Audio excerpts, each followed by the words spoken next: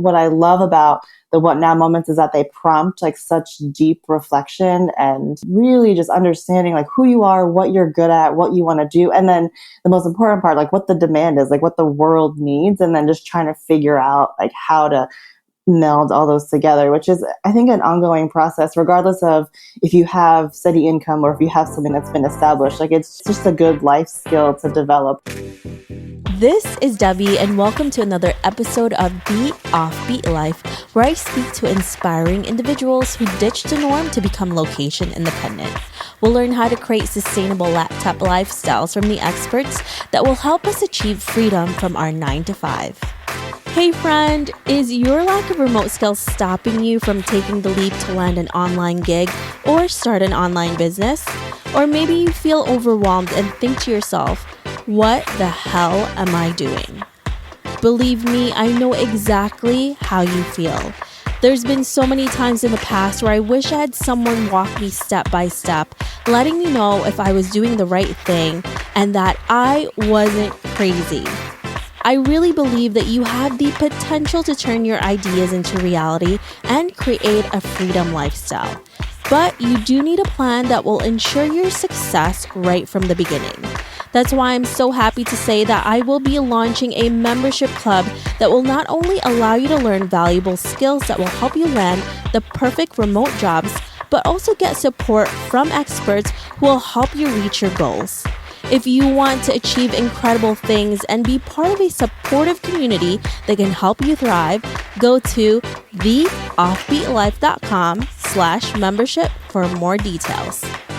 On this week's episode, I'm really excited to speak with Carmela, who is the Executive Director of FLYTE, a nonprofit that empowers you through travel. She's also a nonprofit and data analytics consultant, math enthusiast, remote worker, and self-proclaimed chocolate chip cookie connoisseur. Since 2012, she's been intentionally creating a life that combines her love for youth, empowerment, travel, and social impact. So listen on to find out how Carmela has been able to help empower youth through travel. Hey everyone, thank you so much for being here. I am so excited to be speaking with Carmela. Hey Carmela, how are you? Hey Debbie, I'm great. Can you tell us a little bit more about you and why you live an offbeat life? So I love how that question starts because offbeat is definitely a way that I have managed my life for the past 5 years. So in short, and I know we'll dive into this a little bit deeper later, I currently live and work remotely. I run a nonprofit and I do consulting for different nonprofits as well as private companies doing data analytics. And while doing that, I live and work all over the world. So anywhere right now, I'm in Hawaii.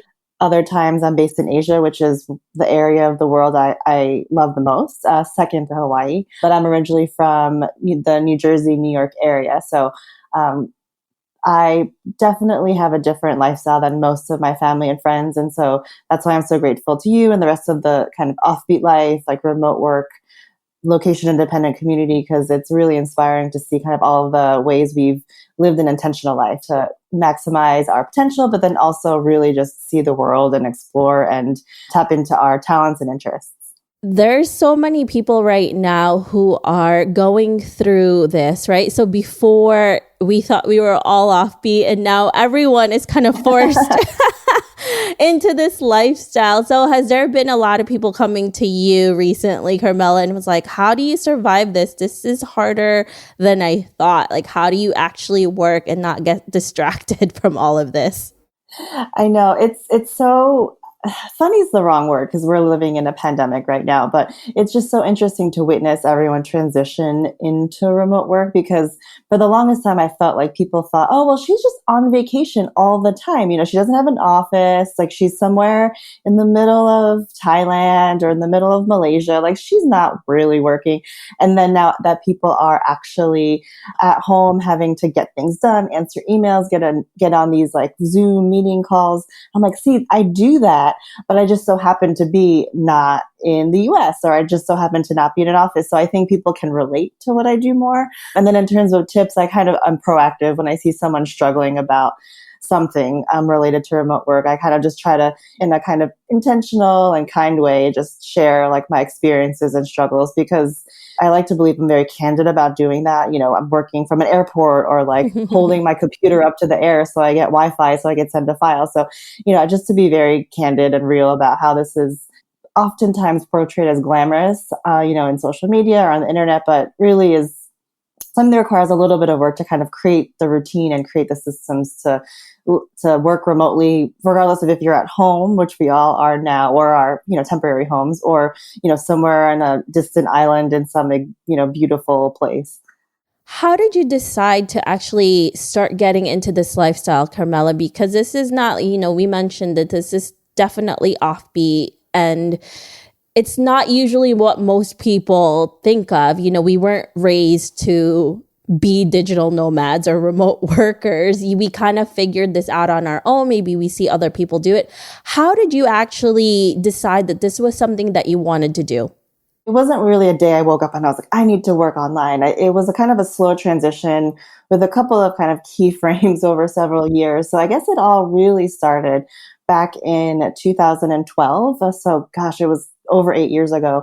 So I recently had gotten married, and my partner and I were just thinking about travel. We've always wanted to travel. And then we were like, you know what, like for our honeymoon, let's do a round the world honeymoon, check off all the things, like all the places we wanted to see, and like kind of get it out of our system, and then come back and have like a quote unquote normal life. And as any person who's traveled long term knows, like I kind of laugh at that now, because most people, or some people, when you go out and travel, you realize, oh, there's like so much more of the world I want to see. This like one, extended trip like isn't enough. Like, how do you do this long term? And so, that trip wasn't our around the world trip wasn't incredibly long. It was about 4 months, where we just, kind of bought a one-way ticket and just kept going. And when we came back to New York, my husband had took a leave from his job. I completely quit my job, and we were kind of like, well, what now? And so we actually lived in New York for about 2 years, or maybe 2.5 years, before we were like, okay, well, New York, we tried that again. And we're like, I don't think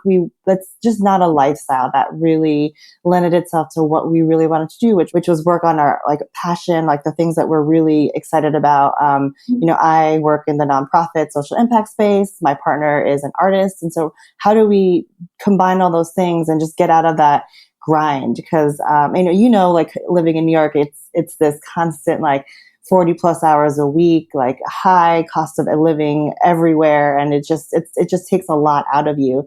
And we knew that we just wanted something different. So in the middle of 2015, about 3 years after our extended trip, we were like, let's figure this out. Let's try what this is like working online. And so we made the leap then and haven't turned back. And so being kind of stationary now because of the pandemic, this is pretty much the longest I've lived anywhere in the past 5 years. So it's definitely interesting to have like that contrast from, starting the kind of offbeat nomadic life so many years ago. What was your first experience as a remote worker? I know you said you guys were living in New York for 2 years, and that definitely wakes up a lot of people because it is super expensive. And like you said, the hustle is definitely strong in New York City. Yeah. And I'm a bred New Yorker. I wasn't born there, but I've lived there for over 20 years. And I definitely see a lot of turnover from people, right? So most people I've seen that who are not from there and who move there as adults probably last average 5 to 10 years. And then it just gets to you and people are like, I need to get the hell out of here because this is too much. Yeah, I know. I think it's a good trend. Like, before we took our long trip, I mean, I was born and raised in New Jersey, which some people joke is like the sixth borough. But yeah, it's just interesting to see the friends that I have like move in, and you're right. It's like the 5-10 year mark. And at 10 years, people decide, okay, I'm going to stay or go. And like, I feel like among the people I like, my colleagues and friends, it's a kind of a 50-50 split, because some people are like, love it. And some people are just like, all right, I'm ready to go back to California or to Minnesota or Wisconsin, wherever they're originally from. But it's definitely interesting to witness. But I think it might be different now. I don't know how, now that we're all kind of experiencing a different way of life, who knows if the hustle is going to really come back to New York in full force as it was before. I don't know. Who's to say? Well, the thing is, New York City, if you don't hustle, you don't live. So I know. it's kind of a thing that you have no control over because of how Yeah. expensive it is. So unfortunately, I don't think it's going to change anytime soon. Yeah, I know. You're right. That's probably the reality of it. I mean, I think about how much I used to pay in rent, and I'm like, I cannot believe like that is it's crazy.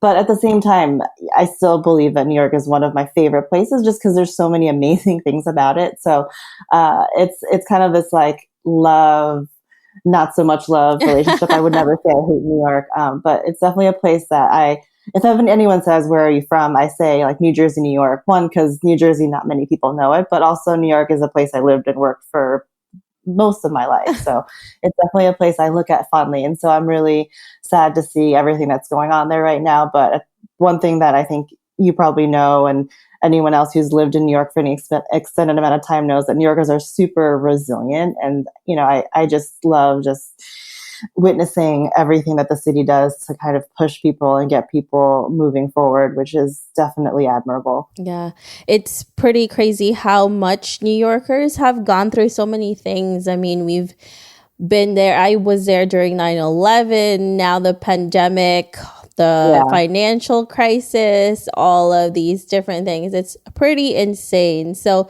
it's definitely the hub of a lot of different things. So going back to your journey as a remote worker and entrepreneur, what was that moment like when you and your partner finally decided to do this full time? Did you have a what now moment when you finally took that official step to be in this fully? Oh yeah, I think I had multiple what now moments like every 6 months for the first like year and a half. Because like I said, I didn't have a career where there was like a natural step to working remotely. So for example, my partner he's a photo retoucher and he works in advertising. So really everything he does is on a computer anyway. So he just now wasn't in an office. So for me, I'm like, well, I used to have to like be in meetings with people and working with students. Like, how do I do this now? And so I think for me, it was really just a lot of reflection and a lot of making mistakes and a lot of trying stuff out and seeing if it works. And so, yeah, I definitely had multiple what now moments, but I think what I love about the what now moments is that they prompt like such deep reflection and goal setting and just really just understanding like who you are, what you're good at, what you want to do. And then the most important part, like what the demand is, like what the world needs, and then just trying to figure out like how to meld all those together, which is, I think, an ongoing process, regardless of if you have steady income or if you have something that's been established. Like it's just a good life skill to develop, which I'm glad that I learned that 4 or 5 years ago, because I think it'll just be something that as we kind of advance in our careers, like it's something that we always just need to assess. Like, what now? Like, is this the thing I should be doing? Is this how I imagine this to be? Because I feel like oftentimes you kind of just go in one direction and not really realize like if it's really something that we're enjoying or not. So yeah, I think the what now moments have definitely taught me to be very intentional and reflective about what I'm doing. What do you think are the key skills that you had to learn in order to be really prepared for this lifestyle?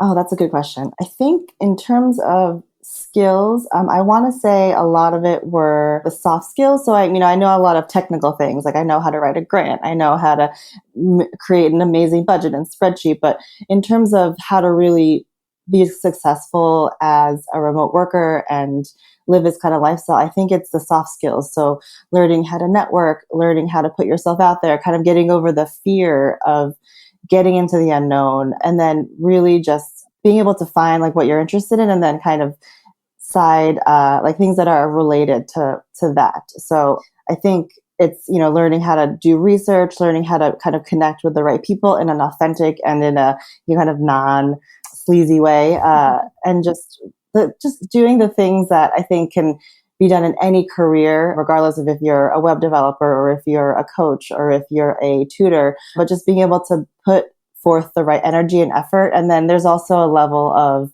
grit and resilience because things aren't going to be seamless from day one. There's going to be a lot of self-doubt. There's going to be a lot of questioning. A lot of things are going to go wrong. So having that innate capability, or not even innate, but the developed capability to just push on and realize the greater why as to why you're doing these things, and having that, those be the skills that move me forward. Because I think if I didn't have any of that, I probably would have gone back to my job in, 2016, 2017, when I was burnt out or when things weren't going as exactly as I had imagined them to.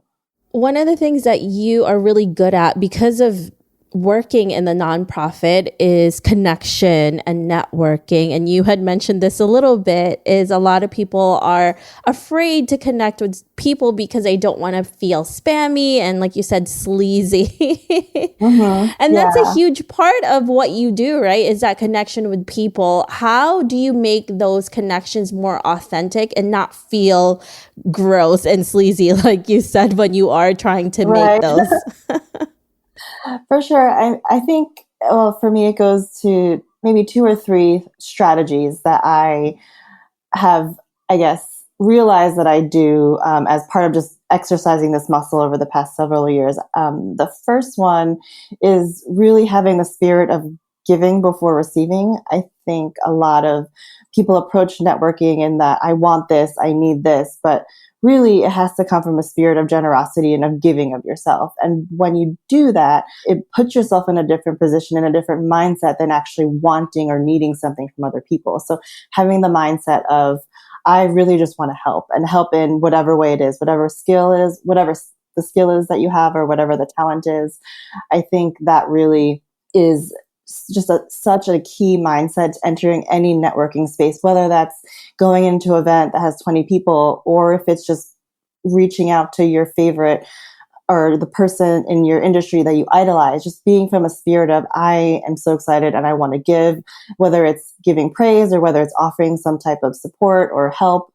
It has to come from, I feel like for me, when it comes from that space, that's when you are able to be most authentic. It's hard to just say, okay, you be authentic. It's come from a space of generosity, from giving, from abundance. And in that, then that's when I think the networking happens most organically and in a really meaningful way. And honestly, it's really people. People are people. And I feel like just being curious and being open about meeting other people is a great energy to have.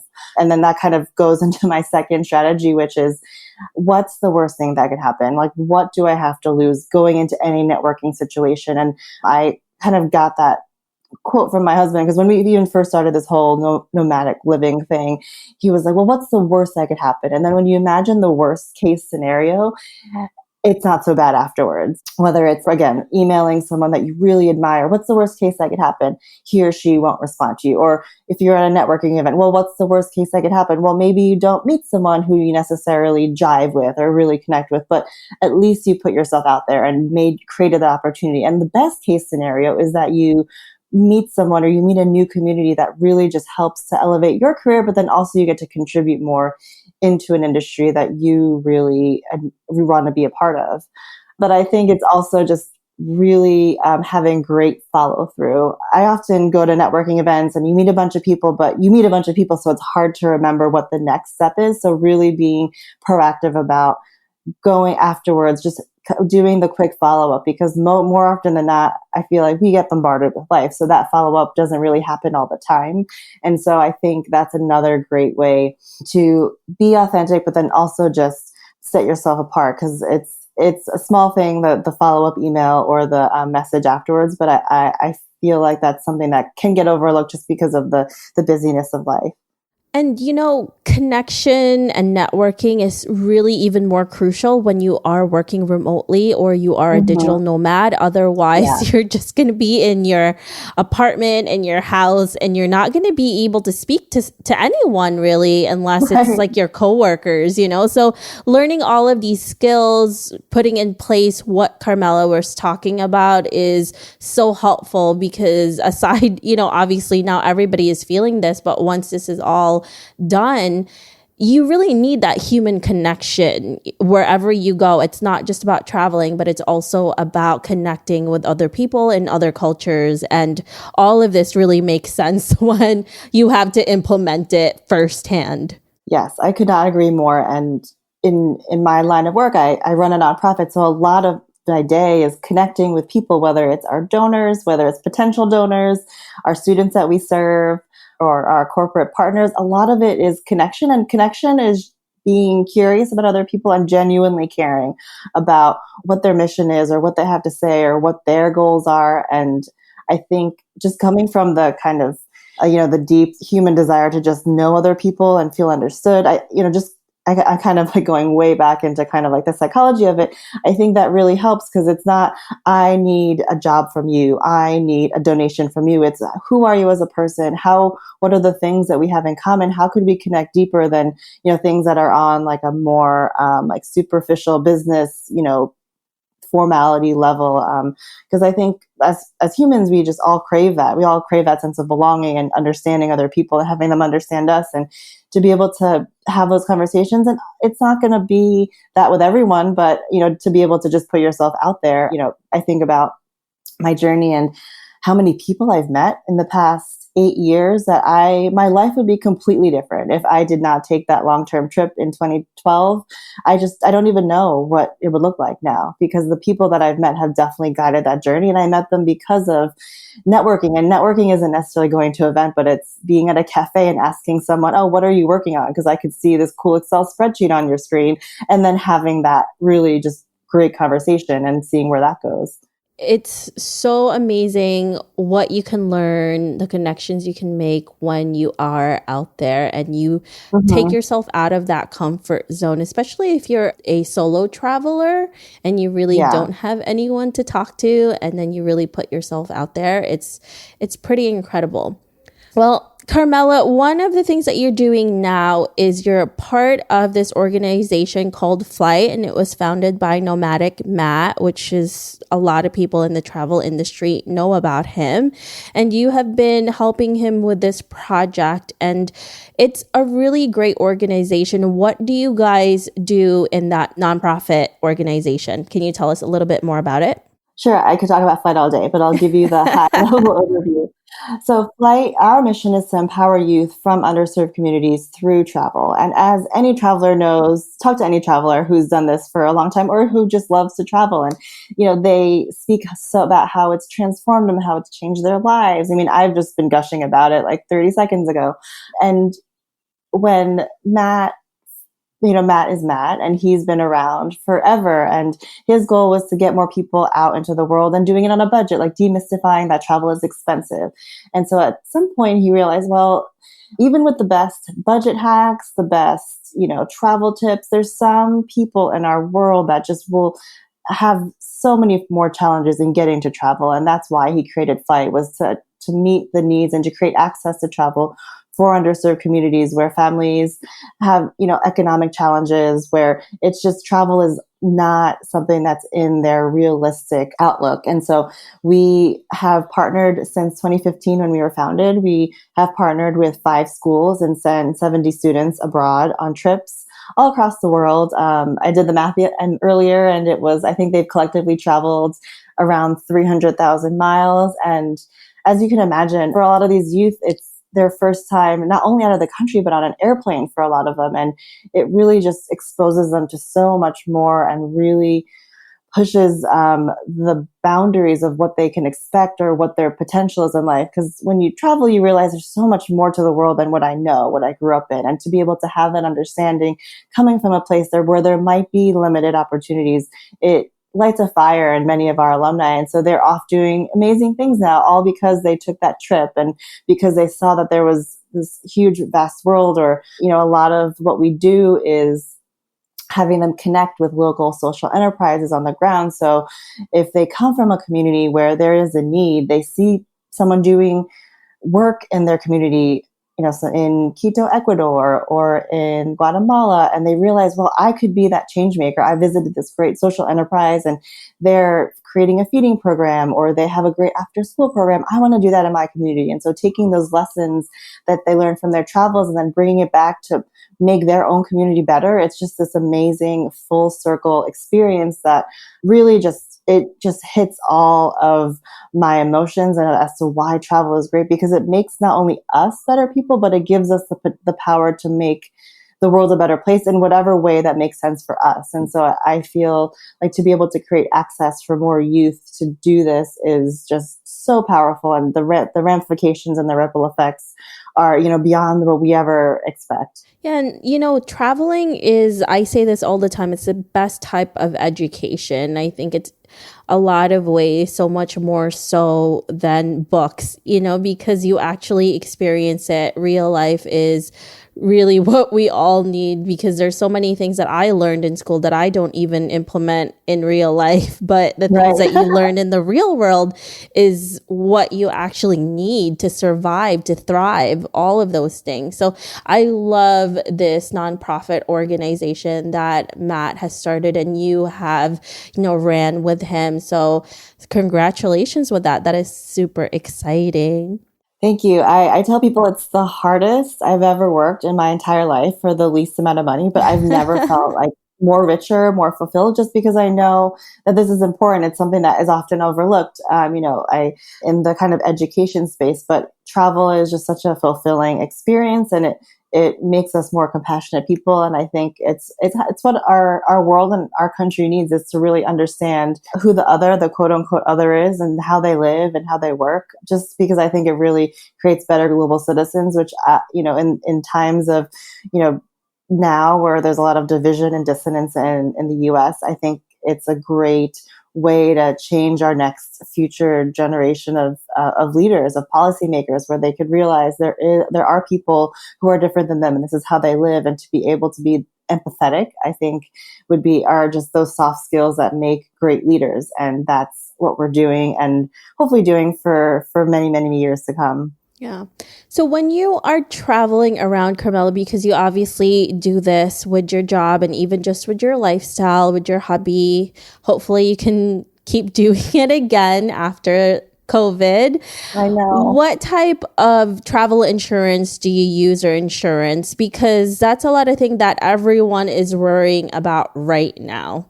Yes. So I definitely always have travel insurance. I actually use different ones depending on what's happening. So the travel insurance that I use consistently is Integra Global, because they cover me both in the US and outside the US, because I am never inside or outside the US at any given time, like for an extended period of time. So that way I know that if anything, God forbid, catastrophic happens, I'm covered both internationally and domestically.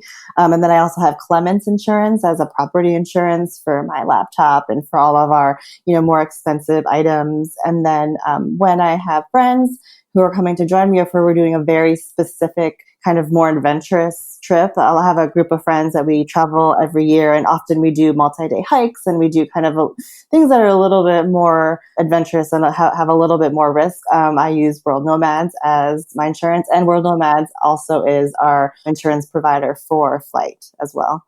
Those are such great providers for sure. And especially right now, I've been talking to so many people, and a lot of them don't have insurance. And there are a lot of travelers and remote workers who cannot go home right now because borders have been closed and everyone's just super afraid to travel.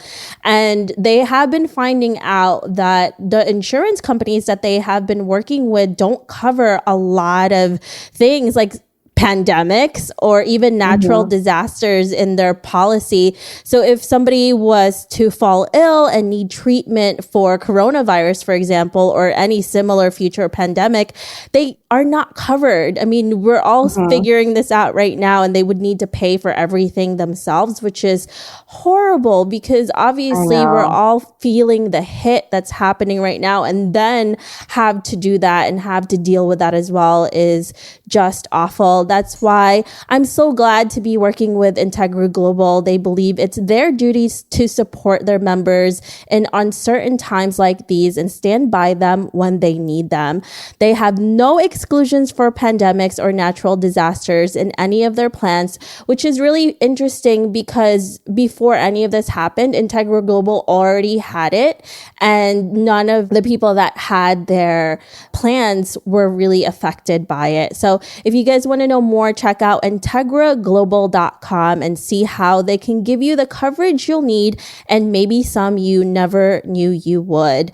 Because right now everything is so uncertain, and it's one thing, that at least we can be trustworthy of. Like, oh my gosh, it's crazy right now. I'm just like, at least we have something, insurance right now. That's what we need. And at least there's something that we could trust. Oh my goodness. Hopefully there's a silver lining to all of this, because I feel like we're just living in like the Twilight Zone or, or Black Mirror. Yeah, it's crazy. I'm like, is this Groundhog Day? You know what's really weird about this too, Carmela? I feel like every day is the same. It is like Groundhog Day because there's really nothing to look forward to. Like, we can't go see our friends. We can't go out to eat in nice restaurants. We can't have parties. Like, what do we do? Oh my gosh. I'm like, hopefully everybody stays home, only go out when you need to, guys. So Carmela, let's fast forward to 30 to 40 years from now, and you're looking back at your life. What legacy would you like to leave, and what do you want to be remembered for? Oh, wow. What a cool question. Let me think about it a minute. 30 to 40 years from now, I would love it if my legacy was that more people went out in the world, traveled, took risks, and especially young people who didn't have opportunity. I would love it to be able to have empowered communities, whether that's here in the US, whether that's the local communities we work with when we go abroad, to do whatever they need to do to uplift their own community. I think in the nonprofit space, there's a lot of this, like, I'm going to go and save the world, but really everyone has the potential to save their own world. And so to be able to empower those people with the knowledge, the skills, and the ability to do what they need to do to make their own communities a better place, that would be the legacy that I would love to have, empowered and inspired people to do that and take action and to be able to realize their own potential in however that looks, whether that's our students that we send abroad or whether that's the local community partners that run these amazing organizations that need the support and the infrastructure from the people that travel to them. I would love to have that legacy of inspiring and empowering people to create better lives. As kind of idealistic as that sounds, that would make me incredibly happy. And I also love the fact that you are actually doing this right now, and you have been doing part of your legacy, and it's just going to keep continuing and building up as the years go by. So that is so interesting how it's already happening. So that's awesome. Thank you. Oh, that's so heartening, because sometimes when you're in the middle of it, like I'm in the middle of like a 50-page grant application, I'm like, what am I doing with my life? But then to have moments where you kind of have that clarity of like, okay, this is what I should be doing. And then being able to just have that, I think it's a gift, because sometimes it doesn't happen. Like sometimes you're not in a place where that doesn't feel as right. So I definitely feel lucky doing my work a lot of the time, just because I tell people it's my dream job. I get to run an organization I love from anywhere in the world. Like, what else could I ask for? Absolutely. Now, Carmela, if our listeners want to know more about you, where can they find you? I'm a bunch of places on the good old internet. So FLYTE is online. We have our website, takeflyte.org, and FLYTE is spelled FLYTE. I personally have a blog with my partner that we started in 2012 that we joke that we update it every other year. So that is nowrongturns.com. And I can be found on Instagram. My Instagram is Carmresu, CARMRESU. Perfect. Thank you so much, Carmela, for being here with us. I really appreciate everything that you have told us today. I am so glad to have been able to be a part of this community and like I said, in how I want to leave my legacy, just share whatever knowledge I can to get people out into the world in the whatever way they want to be out there into the world and taking risks and living that offbeat life as whatever it means to them. So thank you for having me. Thank you so much. I hope you enjoyed this interview with Carmela. Make sure to visit theoffbeatlife.com. Again, that's theoffbeatlife.com to get the extended interview where she shares how to navigate remote working as a person of color. Hey friend, have you been wanting to start a podcast? I know it can be overwhelming in the beginning. Believe me, I have been there. Lucky for you, we have created a new site called howtocreateapodcast.com that shares a ton of freebies that can help you get started. From launching, growing to monetizing, we share it all in one place. Visit howtocreateapodcast.com for more information. Hey listeners, thank you for listening to this episode, and I'm so thankful for your support. I would love to hear your thoughts on this episode and get suggestions on guests, topics we can discuss, and so much more. Feel free to reach out at hello@theoffbeatlife.com and let me know what you'd like to hear. If you like the show, don't forget to give us some love and review on iTunes. Thank you again for being a part of this journey, and I can't wait to hear how your location independent story will unfold.